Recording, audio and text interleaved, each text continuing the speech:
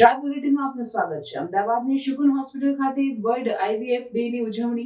સૌથી વધુ આઈવીએફ પરિવારો પોતાના સંતાનો સાથે જોડાયા। શુકુન હોસ્પિટલ ખાતે વર્લ્ડ આઈવીએફ ડે ઉજવણીના ભાગરૂપે આનંદમય પેરેન્ટ્સ મીટનું આયોજન કરાયું, જેમાં 100 થી વધુ આઈવીએફ પરિવારો પોતાના સંતાનો સાથે જોડાયા। વર્લ્ડ આઈવીએફ ડે ઉજવણીના એક ભાગરૂપે શુકુન હોસ્પિટલ આઈવીએફ સેન્ટર દ્વારા ભાવસભર વાલી મીટનું આયોજન કરવામાં આવ્યું, જેમાં 100 થી વધુ ગર્વિત પેરેન્ટ્સ અને તેમના સંતાનો એક જ છત હેઠળ જોડાયા। જીવન સહનશીલતા અને તબીબી સિદ્ધિની ઉજવણી કરતા આ કાર્યક્રમમાં પરિવારોની સફળતા અને સંઘર્ષની યાત્રાને જાણવાની તક મળી હતી, જેઓ હોસ્પિટલના સહયોગી માતા પિતા બનવાનું સ્વપ્ન સાકાર કર્યું। આ કાર્યક્રમમાં ડોક્ટર પ્રકાશ પટેલ, ડિરેક્ટર જાણીતા આઈવીએફ અને infertility specialist associate doctor Ajay Prajapati, doctor Hardik Prajapati, doctor Bindra Patel અને ડોક્ટર ગ્રીષ્મા બ્રહ્મભટ્ટ પણ ઉપસ્થિત રહ્યા। અત્યાર સુધીમાં ડોક્ટર પ્રકાશ પટેલ અને તેમની ટીમ દ્વારા 10,000 થી વધુ યુઆઈ અને આઈવીએફ સાયકલ સફળતાપૂર્વક પૂર્ણ કરાઈ છે, જેના કારણે શુકુન હોસ્પિટલ ગુજરાતમાં સૌથી વધુ વિશ્વસનીય ફર્ટિલિટી સેન્ટર્સમાં સ્થાન પામે છે। આ પેરેન્ટ્સ મીટનું મુખ્ય ઉદ્દેશ્ય આઈવીએફ પરિવારો વચ્ચે પરસ્પર સંપર્ક, સહભાગિતા અને યાદગાર યાત્રાઓનું વહન કરવાનું હતું। ડોક્ટર પ્રકાશ પટેલ, શુકન હોસ્પિટલ અને આઈવીએફ સેન્ટરથી વર્લ્ડ આઈવીએફ ડે 25 જુલાઈ એ નિમિત્તે શુકન હોસ્પિટલમાંથી અમે એક સેલિબ્રેશન રાખેલ છે, જેમાં 100 કપલ્સ થી વધારે અમે અહીંયા સેલિબ્રેશનમાં ભેગા થયા છીએ, જે ઘણા બધા સમયથી 10, 15, 20 વર્ષ પછી પણ જ્યારે બાળક ના રહે ત્યારે ફર્ટિલિટીની ટ્રીટમેન્ટ જે આઈયુઆઈ આઈવીએફ કર્યા પછી જે સંતોષ મળે છે કપલનો, એના માટેની આનંદની લાગણીઓ માટે અમે ભેગા થયા છીએ। તો એ સેલિબ્રેશન થઈ રહ્યું છે। હોસ્પિટલમાં આઈયુઆઈ અને આઈવીએફ પદ્ધતિથી 5,000 થી વધારે લોકોએ અમારો સંપર્ક કર્યો છે અને એમને લાભ મળેલ છે। ઘણો બધો અને અત્યારે અમે લેટેસ્ટ પદ્ધતિ જેમ કે pre implantation genetic diagnosis disease એના પર પણ કામ કરી રહ્યા છીએ, અને અત્યારે પુરુષમાં પણ જે વંધ્યત્વ બહુ જ છે, જે બીડી, સિગરેટ, તમાકુ એના કારણે થઈ રહ્યું છે, એના માટે પણ એડવાન્સ ટેકનોલોજી જેમ કે ટેસા, પેસા, ટીઝે એ પણ અમે અત્યારે અમારી હોસ્પિટલમાં અવેલેબલ છે, જે કરી રહ્યા છીએ। જનરલી આજે અમારા સેલિબ્રેશનમાં એ જ મારો મુદ્દો હતો। એમાં બાળક પ્રાપ્તિ, બાળક સંસ્કાર અને પેરેન્ટિંગ વિશે અમે બધાની વચ્ચે અમારા વિચારો રજૂ કર્યા, અને અમે જનરલી આઈવીએફ ના કરવું પડે એવો સંદેશ આપતા હોઈએ છીએ, જેના માટે ડાયટ બહુ જ જરૂરી છે।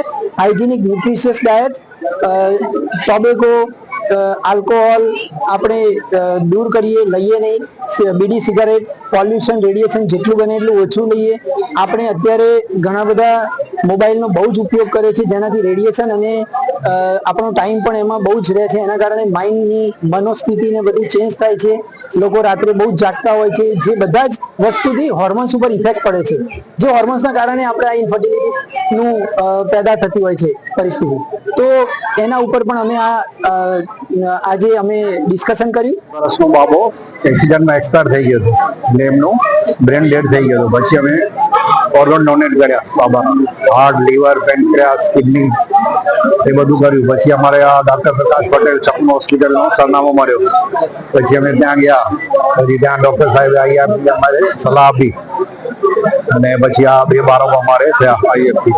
કેવું રહ્યું તમારે? હવે અમારા માટે તો પહેલા તો બહુ તકલીફદાયક હતું, પછી ડોક્ટર સાહેબને મળ્યા, અમે પ્રકાશ પટેલ સાહેબને મળ્યા, પછી એમને અમારે સલાહ આપી કે આ તમે આઈએફનું કરો। પછી ડોક્ટર સાહેબે ખૂબ જ મહેનત કરી અને એનું પરિણામ સારું આવ્યું। ભગવાને એક લીધો, 2 કરીને આપ્યા।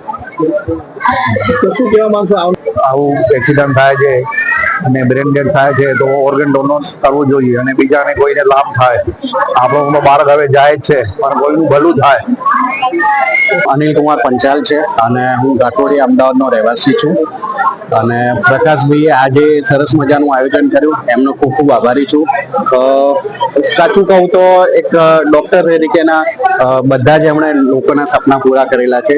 લોકો અહીંયા જ્યારે આવે છે ત્યારે એક મનમાં જે આશા લઈને આવે છે, અને હસતા મોઢે હોસ્પિટલનું પગથિયું ઉતરીને જ્યારે જાય છે ત્યારે લોકોના ચહેરા પરની જે ખુશી છે એ બહુ અનેરી હોય છે। અને ખરેખરમાં ઘણા બધા એવા દાખલા છે પ્રકાશભાઈના કે જેના હિસાબે આજે લોકોના મોઢા ઉપર સ્માઇલ છે।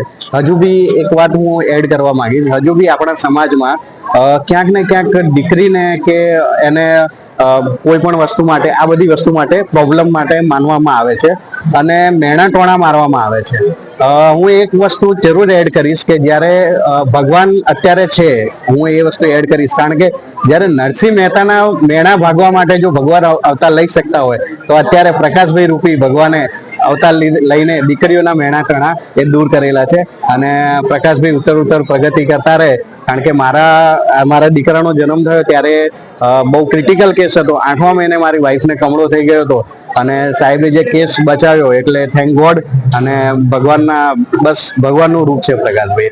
Thank you so much.